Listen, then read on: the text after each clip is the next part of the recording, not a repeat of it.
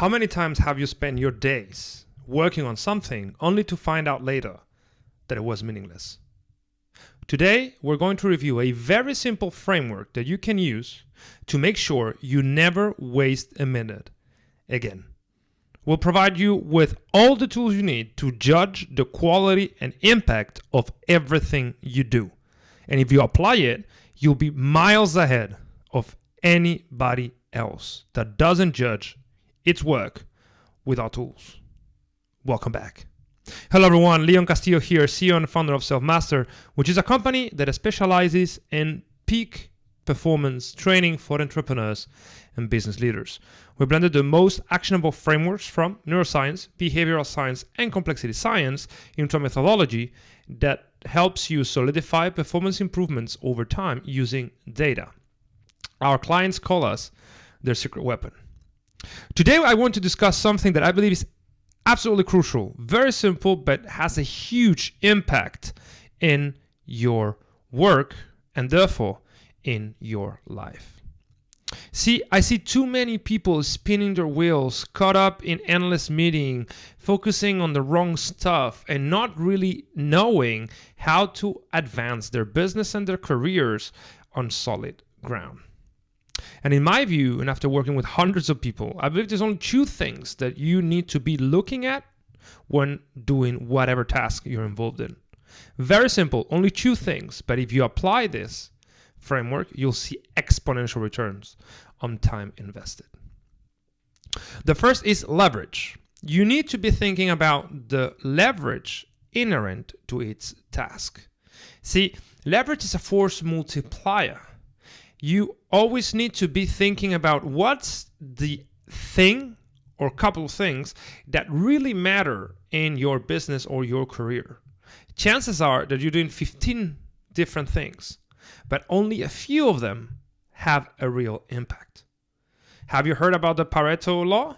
That 80% of the results come for 20% of the inputs? Well, it's the same principle, but people do not know how to apply it in real life. And how to apply this is actually very simple.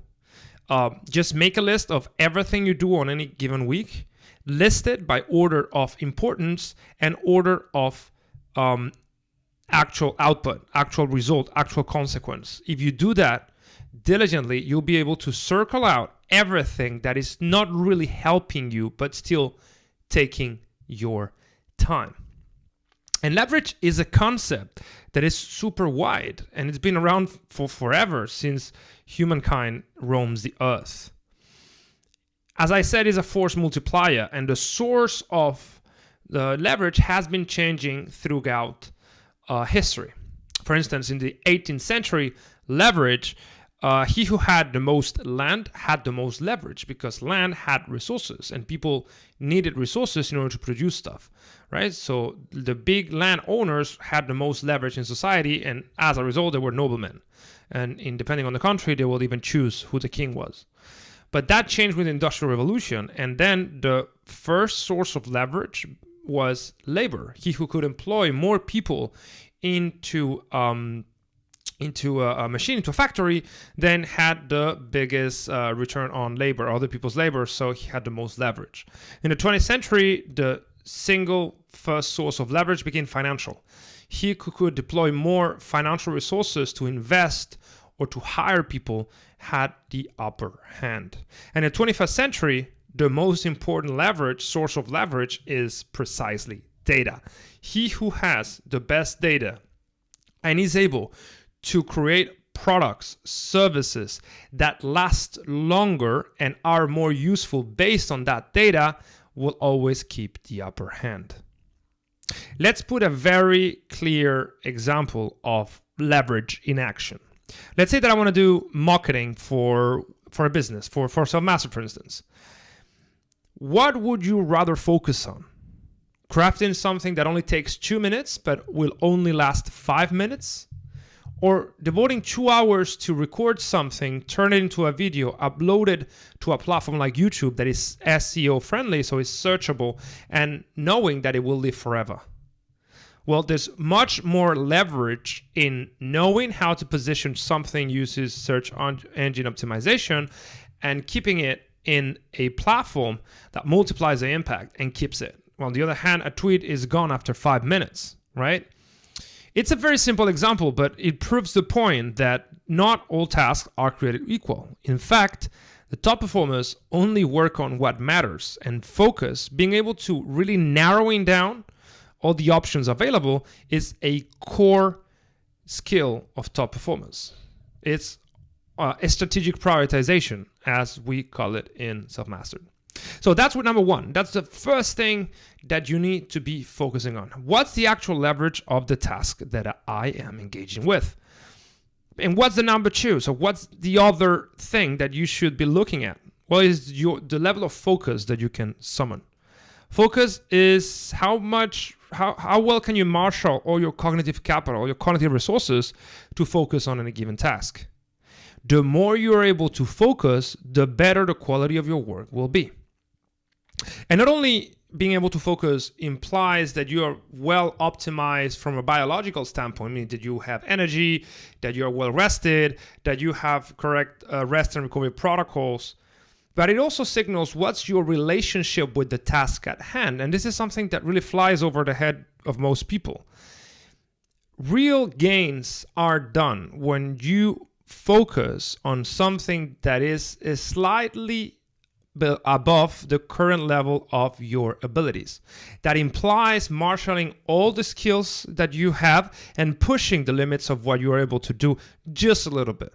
If you do that correctly, you will probably trigger a non-ordinary state of consciousness that we call flow, which is when your mind is so focused that you lose the sense of time and you are able to get a lot more done in a lot less time. That should be the focus of everything you do. Always trying to push yourself a little bit without breaking the system. Most people, though, never focus enough. And this can be because of three different things. One is they just don't know how to focus because they've been living in the shallows forever, right? Every time that they force their mind to focus on something, they just had an emotional impulse and they grabbed something that was available to them, therefore breaking the focus.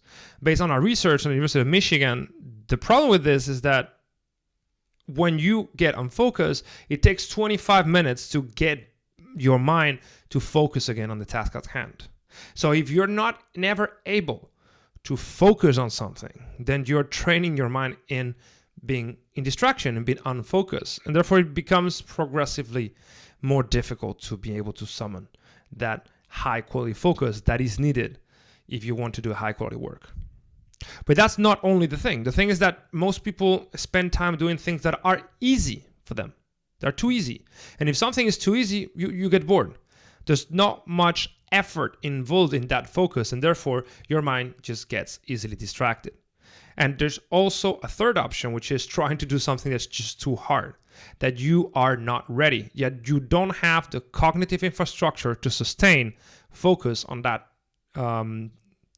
task that is just too difficult, right? So that's the three main causes of why people cannot focus. It's either too easy, so they get bored, too difficult, so they get overwhelmed, or they don't have the correct protocols to make their mind focus on the task at hand. If you ask yourself at each task that you do, whether it is a high leverage task and it is slightly above the current level of our capabilities, you will know instantly if this is something that is worth focusing or devoting your time to, or is not. It's a very simple framework, but I can assure you that it's game changing because top performers don't work more hours. They work less hours, but they just focus more intently on more leverage things. And that's how they win. Hopefully this was useful. Let me know if you have any doubt whatsoever in the comments. Let me know what are the biggest sources of leverage that you use or marshal in your daily life, and like, subscribe, comment, do everything you guys you need to do to make this channel grow and help more people. And if you want, of course, expert help to master your performance and reach the next level for yourself and your team, get on a call with me. Let's see if the Selfmastered Evolution program is for you. See you in the next video.